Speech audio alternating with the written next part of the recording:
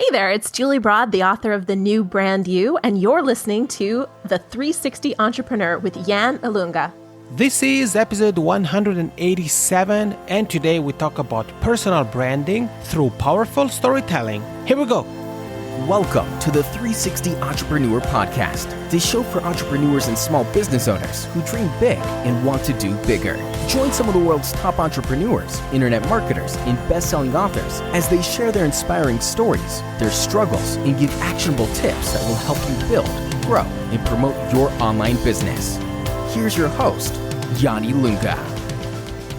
Ciao, hello, welcome to this new episode of the 360 Entrepreneur Podcast. I'm really excited about today's topic. It's something that we've covered in the past. However, there is a big however. Today, we go back to personal branding and we add the storytelling component to it, which is so critical and really makes the difference. Today, we're joined by Julie Broad, who is a personal branding expert, and she has some very actionable advice that goes from storytelling all the way to optimizing Google results. The show notes page for today is over at yannilunga.com/episode 187. So that's yannilunga.com/episode 187. All right, time to get started. Here's the interview with Julie Broad from havemoreinfluence.com. In this episode, we are joined by an MBA, Amazon #1 bestselling author, an international book award winner. She's also the recipient of the Top 20 Under 40 award for Vancouver Island. She's a successful entrepreneur, a real estate agent, a popular speaker, a workshop trainer. So as I said, she does quite many things. She has been sharing her expertise on places like Yahoo Finance, Entrepreneur.com, CTV News, and guess what? She's here with us. I'm so thrilled to welcome on the show, Julie Broad. Julie, how's it going? Excellent. Thanks so much for having me, Jan. My pleasure. Welcome. I'm so excited, especially because you're joining us from one of my favorite countries, from Canada, right? You were saying before the interview started? Yeah, absolutely. I'm from West Coast Canada. And although I have also lived in Toronto, where you spent a lot of time. So yeah, it is a great country. I'm glad to hear that you've spent some time here. Yeah, I love it. And it's funny because when I meet people who say Toronto, I say, no, the locals say Toronto, right? Am I correct? That's correct, yeah.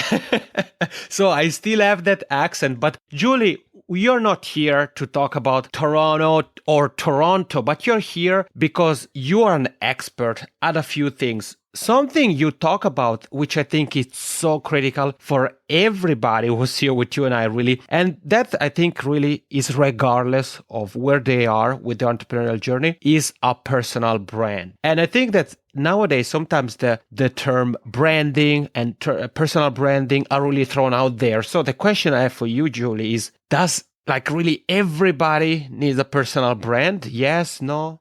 Creating a great brand, one that reflects who you are and what you do, makes everything easier.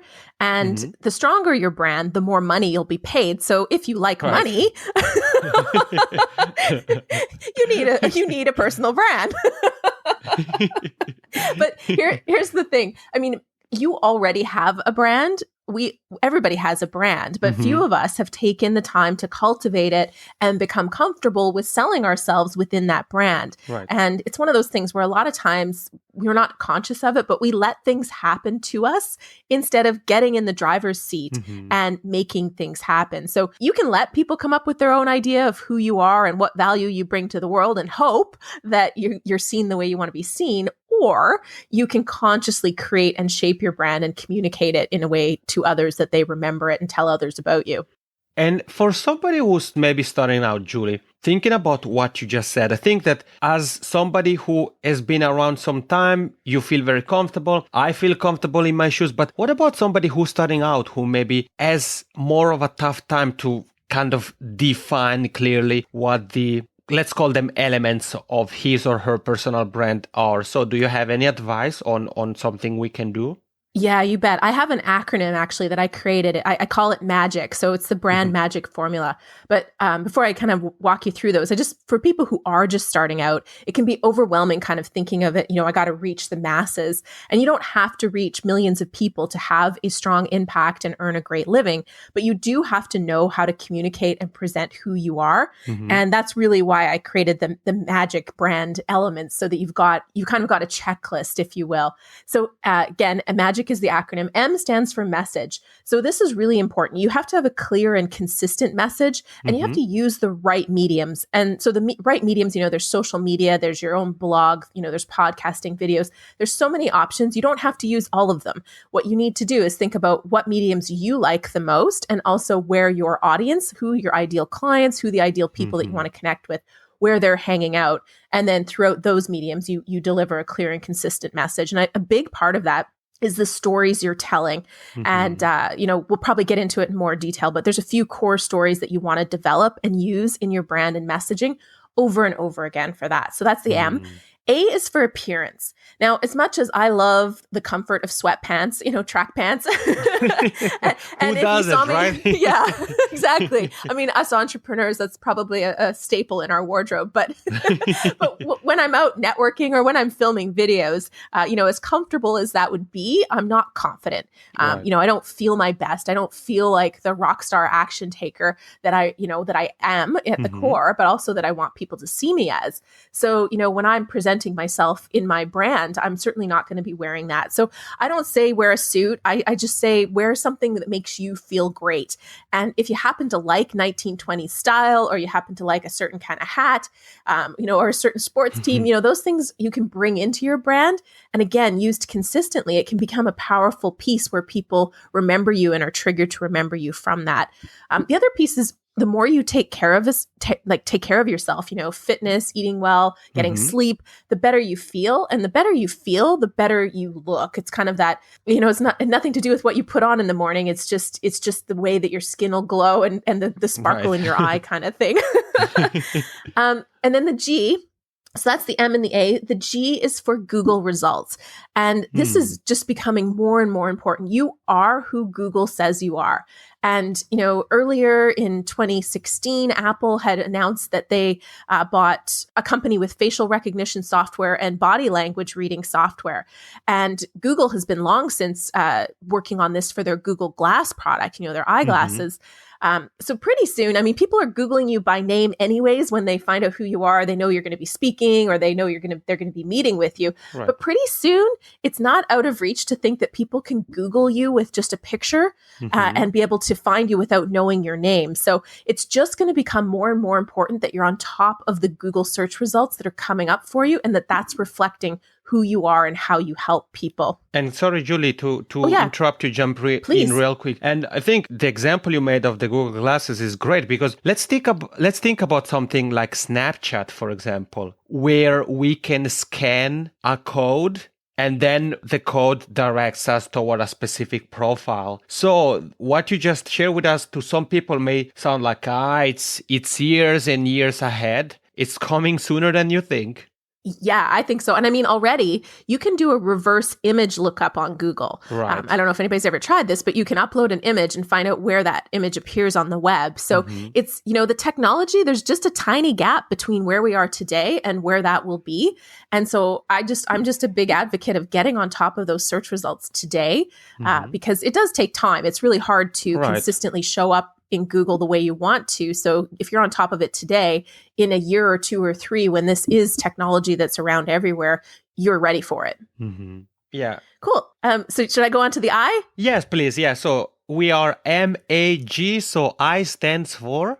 I stands for I am an expert in. And if you're just starting out, I don't want you to get hung up on the word expert. For me, it's more about choosing a niche and focusing.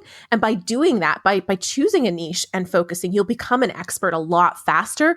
But you don't have to start there, because I know a lot of people, when they're just starting out, you're just building your expertise. You still know more than a brand new person into whatever industry you're in. But the more you focus and become the person for a smaller thing, you can always branch out later. Right. But it's much better to, start tight and attract the right people and not waste time on the wrong people. So, I mean, just as an example, as a real estate investor, that's, my background is largely in real estate, buying houses and renting them out. But a lot of people, I focused on a couple of neighborhoods. So not even just a specific city. I focused on a certain type of house in a couple of neighborhoods. So I was really focused, but I knew more about those neighborhoods than anybody else. There was no realtor, even people who'd lived in the neighborhood all their life. They didn't know more than me. And that's a way to become an expert that nobody can compare to and build your brand in a really strong way. So if you do that in your industry, in your niche, you'll be the person for that. And it's really easy to get known that way. C is for character. And your brand should be aligned with your personal values and really reflect your personality. So when I'm saying, focus on creating your brand, I'm not saying create a fake persona. This is not about building yourself up to be somebody you're not. This is really just taking the elements of yourself and enhancing them and showcasing the ones that you really want to be known for. So character is really important because you want to be aligned with your values and really reflect your personality. And the more unique your personality and the character you bring to your brand, the more you'll stand out. And yeah, you know what? If you're doing this right, there's going to be people who say mean things. There's going to be people who judge you, but that actually is a sign that you're probably doing a lot of things right and you're standing out because people are noticing and they're actually remembering you enough to complain or to say mean things. Yeah, no, that's actually a very good point, Julie, that you're asked, because you're so on the money. Of course, when they say that when one steps outside of one's comfort zone, all kinds of things can happen. And of course, there are people who won't agree with your character or with the value, with your messaging, with the way your website looks or the title of your book, if you are an author, whatever. But you said it, Julie, it's important to really be confident and really embrace the magic formula that you just shared with us. Yeah, I think it's one of those things where if you know it's coming, there's going to be a day where somebody's going to, write a bad review of you, as an author. Get ready because there's going to be somebody who hasn't read your book and they're going to put a 1-star review on Amazon. They're going to be mean. It happens. But you know what? Celebrate that day because you stood out enough that they actually took the time to write something mean. And it's one of those things where you always have to remember, like, there's not very many people who are going to have that, that are going to do that to you. The majority are going to be supportive and very positive. And it's easy to let that one thing kind of deter you, but listen to what the majority are. And if you're connecting with the right people and your ideal client is coming forward because you're doing this, then just focus on that. That means you're doing it right. Love it. Thank you, Julie, for the inspiration and thank you for sharing the magic formula with us. So M is for message, A for appearance, G for Google results, I for I am an expert in, and C is for character. And a moment ago, Julie, you touched on stories and in particular some core stories that we should be telling over and over again. And if somebody, again, maybe especially for those who actually not only those who are starting out, more in general, what would you say are some of the things we have to look in order to really craft these powerful stories? Yeah, you bet. I mean, we could probably do 4 or 5 full episodes on storytelling because it's powerful and it's complex, but if a story is something to master, a story will make sense out of life in a way that nothing else does. And if you think about our history, what we know about where we came from, it comes from stories. And, even the Bible is full of stories. So building good stories into what you do is important because people love to consume stories and they are powerful. Plus, by giving your audience a story, you increase the chance that you have an impact on the story they tell about you. This is really important because that's actually the most important story, is the one that's getting told about you when you're not in the room. Right. So you want to think about that because the more you give somebody a story that they can tell others, the easier it is for people to pass you along. Because, I mean, if you were to say, do you have the name of a good, copy editor for your books? I would probably not just give you her name. I would probably tell you a little story about why I think she's great, or something unique. Like that's just when we pass names on. So a couple things to begin with, I would say develop 4 key stories that you'll use in your business. the first one is just something that will get people interested, get their attention and maybe even get them excited about what you do. One of the stories that I use for this often if I'm speaking at an event, for an example, I might tell the story about the time that I forgot to put my pants on because I was so nervous. I'm not a natural born salesperson, and yet I've spent the last 15 years of my career basically in sales roles. And if you're an entrepreneur, by the way, you're a salesperson. Right. And so, yeah, I mean, but this was one of my first sales jobs, and I was so nervous going to this head office meeting that I had to do that I left my apartment without my pants on. So, I mean, I'm not telling you the story in the way that I would tell it, but that's a story that I use and that I've developed to kind of get people's attention and have them be interested in what I have to say about comfortably learning to sell when you're so nervous that you forget your pants. So that's one. Another one is to explain why you do what you do. Mm-hmm. So it's kind of a genesis story, how you got started in what you do. And that's really important. I mean, you've probably been asked so many times, what led you to start your podcast, right? Right. So it's that answer to that. So coming up with a story about that. Another one, and there's probably several, is you want to have stories that handle or even better kind of block common objections before they come up. So, it's one of those things where you have to know what the objections will be. And, then you want to have stories where maybe it's an example of how you were afraid of the same thing and here's how you overcame it. Or maybe it's a story of someone that you worked with that, had this concern and yet everything worked out great. It's those kind of stories. And then another one is to influence your customer to take action so they can live a better life or solve their problem or move forward. And those are a little trickier. Sometimes they take a little bit more work, but those are kind of 4 stories that I would highly recommend you sit down and work on developing.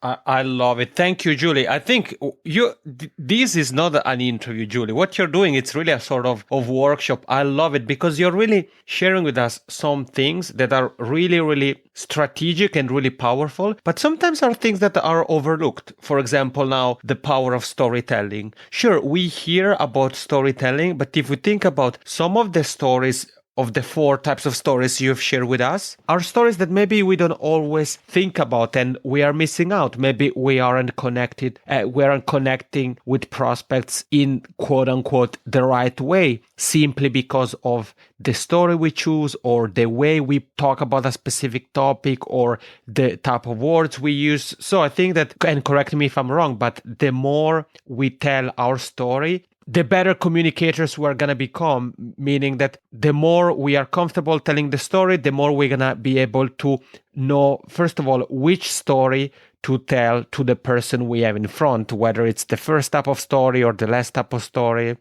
Yeah, absolutely. The one thing I will say is some of my clients in the past have heard me say this, and then they just start telling stories in general, and they wonder why their stories aren't working. So the one thing I want to make sure is clear is that when you tell a story, and you kind of hit on this, like you want to test out a lot of stories so you can see which ones have the result, but you want to, when you tell a story, make sure you know the reason why you're telling it. So what do you want someone to feel or do or think or say? And if you tell your stories with a clear intent and test them, because not all your stories will resonate. And some stories will resonate extremely well with some audiences and just fall flat with the others. But you hit on it, like testing it to see what they do. But always make sure that you have a reason for telling those stories. It's not just tell stories for the sake of telling stories. Right. Yeah. And Julie, I want to ask you, if we go back to the magic formula for a moment, and if we talk about the G, so the Google results, I mean, we all know that Google matters a lot when it comes to searchability, search engine optimization, and so forth. Do you have any advice when it comes to that specific aspect of the magic formula, some of the things to think about or some of the things to do? Yeah, you know what? I have a Google Results game plan, which if you want to give people the link, they can download it for free. And it walks you through a bunch of the things to do. It's at havemoreinfluence.com. And then it's just /Google game plan. And that, I'll include that in the show notes. Let's do so. I'll include the links to everything we talk about in the show notes, so including the game plan. And thank you, Julie, for making that available to us. Yeah, you're welcome. So it'll walk you through it. Just a couple really quick tips is, first of all, own your own name on a website.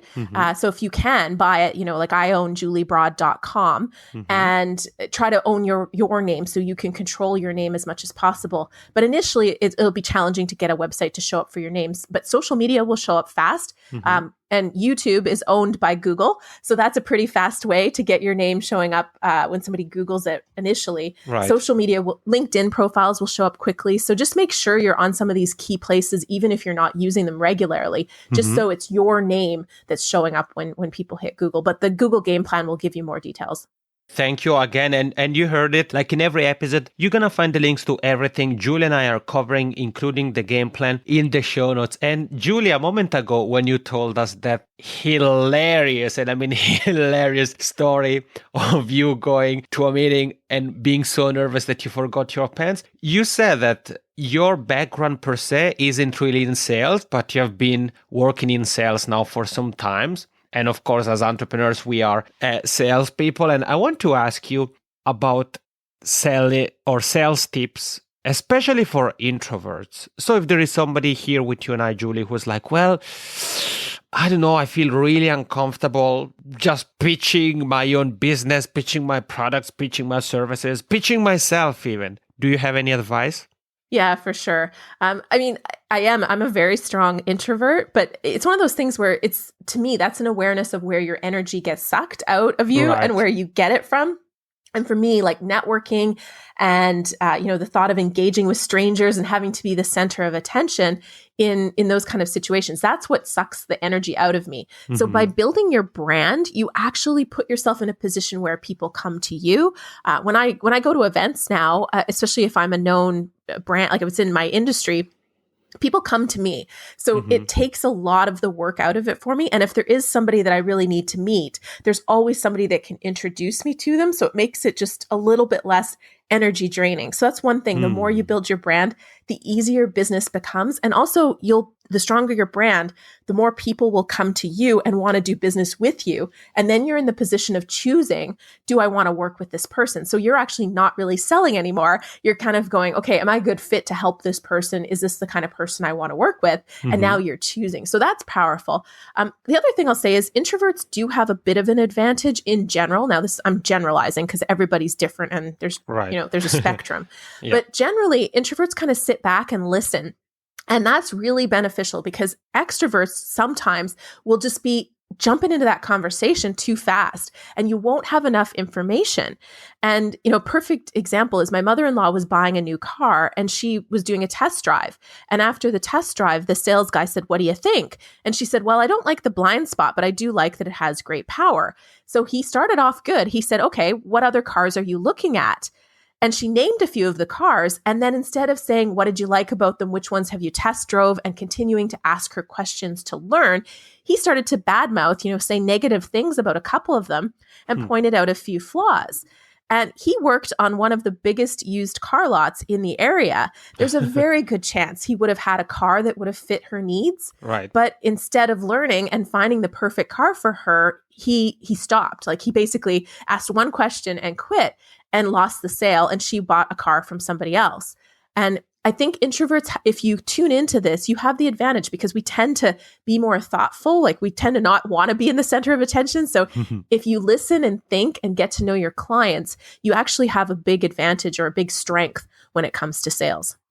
Man, I love it. Julie, thank you so much for sharing that. And the example you made, I think is great because it really speaks testament to the power of listening. And that's something that I think we should always focus on doing, even online, even with something as simple as our newsletter, for example. And tell me, Julie, what your thoughts on this are, that even if we send out, a weekly email to our list or whatever, that we should really pay attention to what people say if somebody replies, because maybe we start to identify trends or we start to identify the same pain points coming up or the same wordings, or what do you think?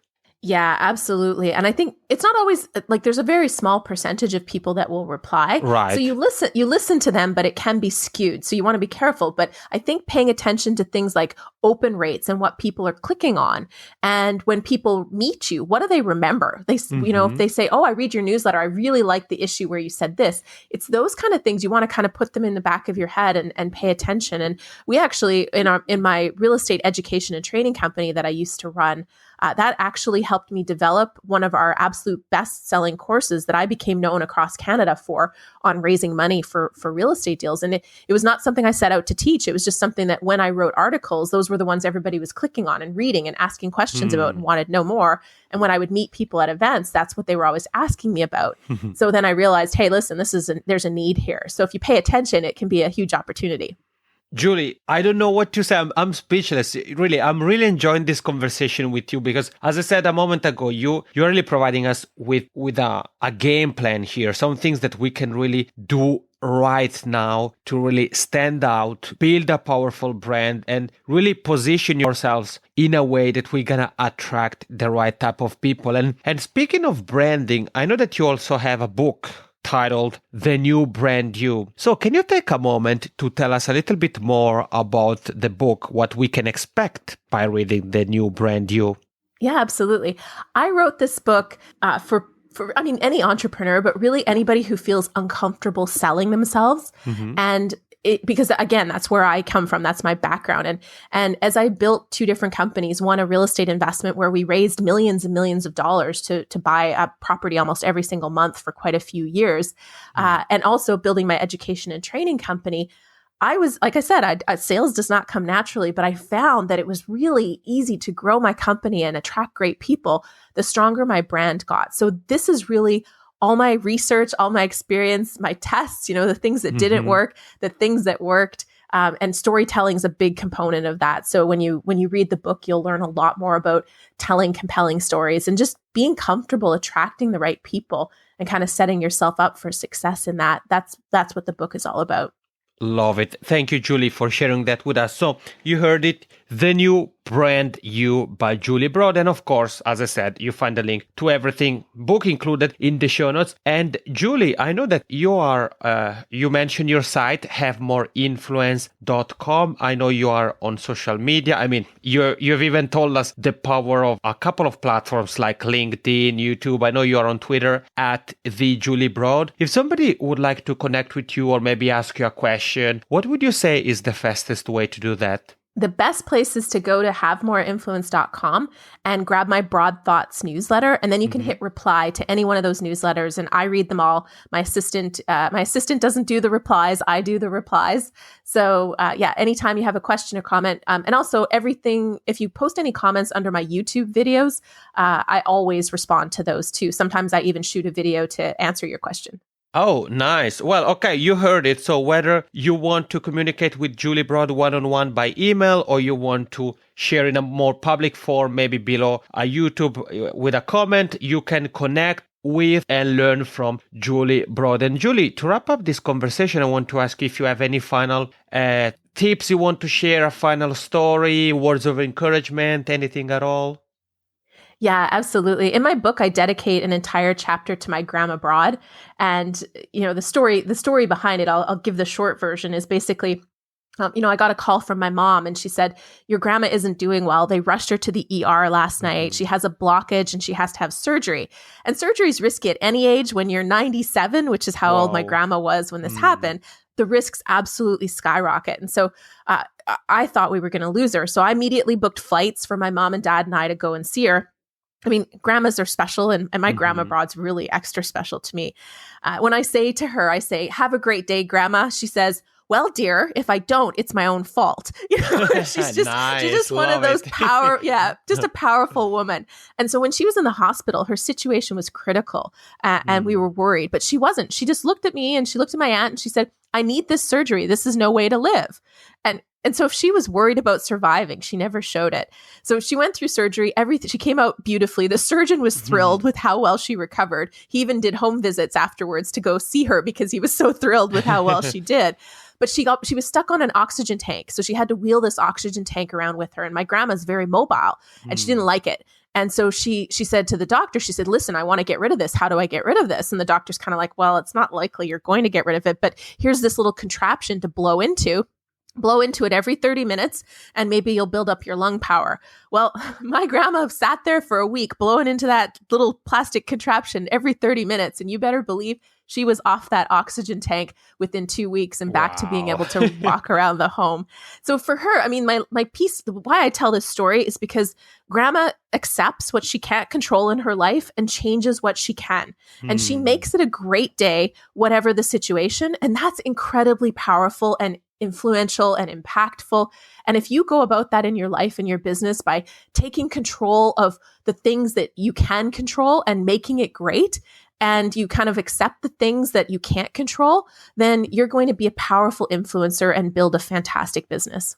Man, Julie, thank you for sharing your story with us, or the story of your grandma. And by the way, it's great to hear that everything is well. And yeah, I mean, what you just said is really, I think that mindset, your grandma's mindset, is really, as you said, it's very powerful and really for our life at 360 degrees, both our personal life and professional life. And for that and for everything else you have shared with us, Julie, your tips, your wisdom, examples of stories, I want to say thank you so much for carving out some time for being here on the 360 Entrepreneur. I really had a great time chatting with you. Thank you so much for having me. And if you come back to Canada, let me know. Oh, absolutely. All right, we are back. Julie, thank you so much once again. I really appreciate you taking the time for being here. And you heard it throughout the conversation. We mentioned Julie YouTube channel, and she says she replies to comments. So that's a very good way to interact with her. She's also on Twitter, many different ways you can connect with her. And we mentioned the Google game plan. If you're serious about quote unquote hacking Google results, then check out the show notes page where you find the link to the Google game plan that Julie mentioned. And you're also going to find the link to everything else we've covered, including her book, so that if you're interested in learning more about building a powerful personal brand to really have people talk about you the way you want them to talk about you, then you should check out her book, The New Brand New. This is it for today. Last episode of November. December is going to be a very interesting month. We're going to be talking about podcasting. We're going to be discussing getting featured on big publications. Really juicy content coming your way in December. All right, this is it. Thank you so much for joining Julie Broad and I here in this new episode of the, you guessed it, 360 Entrepreneur Podcast. Thank you for listening to the 360 Entrepreneur Podcast. For more tips and tools, head over to www.janilunga.com.